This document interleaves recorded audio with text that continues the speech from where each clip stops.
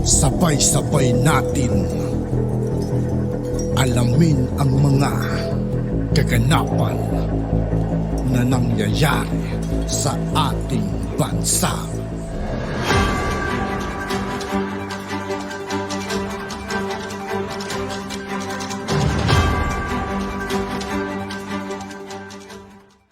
Yo, what's up mga kaibigan? This is I2K po again.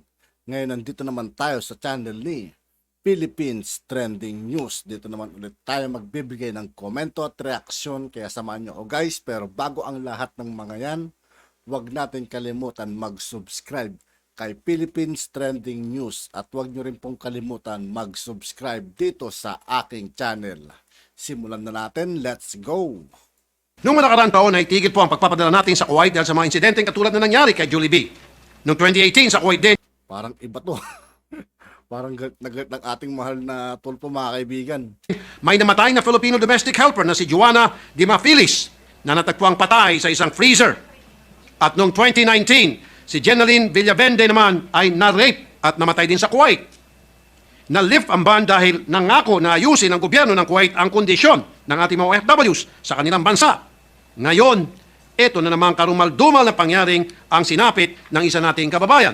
Bakit kapag ang ating OFW pumunta ng abroad, kinakailangan nila ng police clearance, barangay clearance, NBI clearance, napakaraming clearance, parang kinailangan nilang dumaan sa butas ng karayom bago sila ma-deploy para masiguro na yung ating mga OFW ay walang record, hindi masamang tao pagdating doon sa Saudi. Pero bakit ito mga employer, wala man lang silang isinusumiti na kahit na anong record na magpapatunay na sila'y malinis, na ma-okay ang kanilang pagkatao para masiguro na safe ang ating mga OFWs. Lumilitaw, marami sa mga employers ay may mga criminal records, mga dating rapists, mga dating kriminal, dating mga manloloko, loko-loko, at hindi po na-screen. Yan po ang isa sa mga bagay na sinisiguro ko po na matutugunan na ng ating DMW to make sure kung ating mga OFWs ay well-screened bago pumunta ng abroad. Dapat din ang mga employers na tatanggap sa kanila, sila din po ay well-screened to make sure na maganda ang kanilang record at hindi mapapahamak ang ating mga OFWs na tatanggap sa kanila roon. Isa pa po, tama po si Senator Jinggoy, ay monitoring. Yan din po ang aking sinasuggest noon pa. Kulang po sa monitoring. Palagay ko po may pagkukulang dito ang ating mga otoridad. I'm very sure, bago maganap ang rape dito kay Jolie B, meron na pong mga ginagawang hindi magaganda itong kanyang amo. And I'm sure siya po ay nakapagsumbong because hindi naman po agad-agad rapin po ng isang amo doon ang ating OFW right there and then. Meron po tinatawag na pagnanasa. Meron po tinatawag na pag-attempt. And doon pa lamang ang ating OFW for sure yan po ay nagsumbong sa ating mga kinaukulan, sa agency, sa FRA, Foreign Recruitment Agency, o dili kaya nagsumbong sa POLO. Pero ano ang ginagawang aksyon? Usually, sa akin po karanasan, A, sasabihin po ng mga recruitment agency, magtiyaga-tiyaga ka lang muna. B, parating ng replacement mo. And then C, tatakbong OFW sa POLO. Pagdating sa POLO, kadalasan, walang sumasagot sa telepono. At kapag meron man, tatamad-tamad. Another thing, Madam President, na na-notice ko nung last hearing namin, consultative meeting, akin pong napansin na ayon po doon sa DMW at sa mga nakausap ko doon sa consultative meeting, 100 OFWs ang ni-recruit ng isang pangkaraniwang agency papuntang abroad. Just imagine, 100 OFWs a month para ang isang recruitment agency ay matatawag na isang agency karapat-dapat na magpadala ng mga workers sa abroad. Just imagine, 100 OFWs kada buwan. Sa isang taon, that is 1,200 OFWs. 1,200 OFWs sa isang taon. Now, ang tanong, ilan ang mga tauhan ng mga recruitment agencies dito at yung sumasalod doon sa abroad na FRA?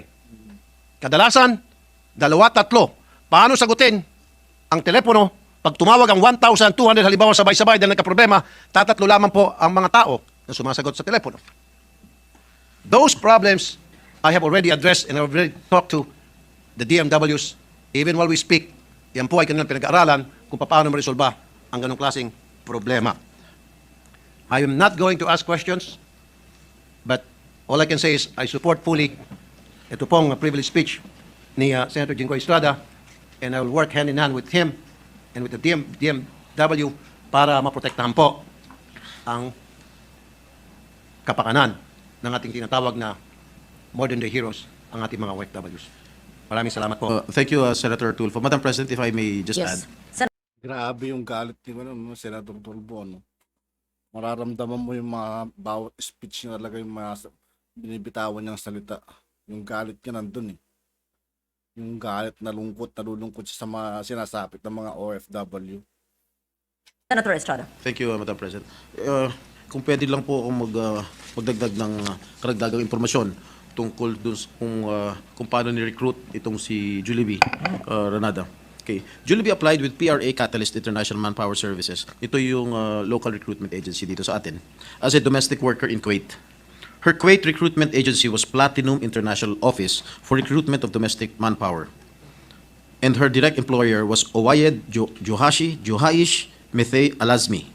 Julie B completed the processing of her documents on June 28, 2022 and arrived in Kuwait on July 12, 2022, a few weeks after. Okay, ito yung masakit. Based on the case management system, Catalyst, yung kanyang local recruitment agency, has 12 recruitment violation cases with 7 cases still pending before the Education Bureau of the Department of Migrant Workers. But number 3, both Platinum International Office for Recruitment of Domestic Manpower, yung kanilang FRA, and the employer and the direct employer have no record of having been charged with a disciplinary action case. Ang sinasabi ko lang po dito, mahal na Pangulo, ay itong local recruitment agency na nag-recruit kay Julie B ay merong pending na 12 kaso before the Adjudication Bureau of the DMW. Dapat ito kina-close shop na ito, hindi na sinasara na ito, at hindi na maaring mag-operate. Dahil hangga't may pending case ka pa, ibig sabihin na marami kang ginagawang violation. If I am correct, Madam President. Tama yan, And I think, to my dear colleague, Senator Tulfo, if this privileged speech of mine will be referred to your committee, I think we have to summon the owner of this local recruitment agency to shed light on how they recruited Julie B. Ranara, I would say. Yeah, if I may go back to what I said earlier, Madam President, dapat talaga meron screening, matinding screening ang gagawin ng ating mga recruitment agency dito, maging doon sa abroad, yung sa foreign recruitment agency, screening doon sa magiging employer ng ating OFW. Kasi again, I repeat, for the end time, bago makapunta ng abroad ang ating OFW, ang worker doon, katakot-takot na screening, magpapakita ng mga kung anong dokumento, come up with so many requirements to ensure na malinis siya, wala siyang record, at maging safe. At yun nga po mga kaibigan, dito po nagtatapos ang ating reaction video. Muli, ako po si I2K ng Sundalo ng Dunggalo at 811. Maraming salamat sa patuloy na pagsuporta. Yeah, peace out.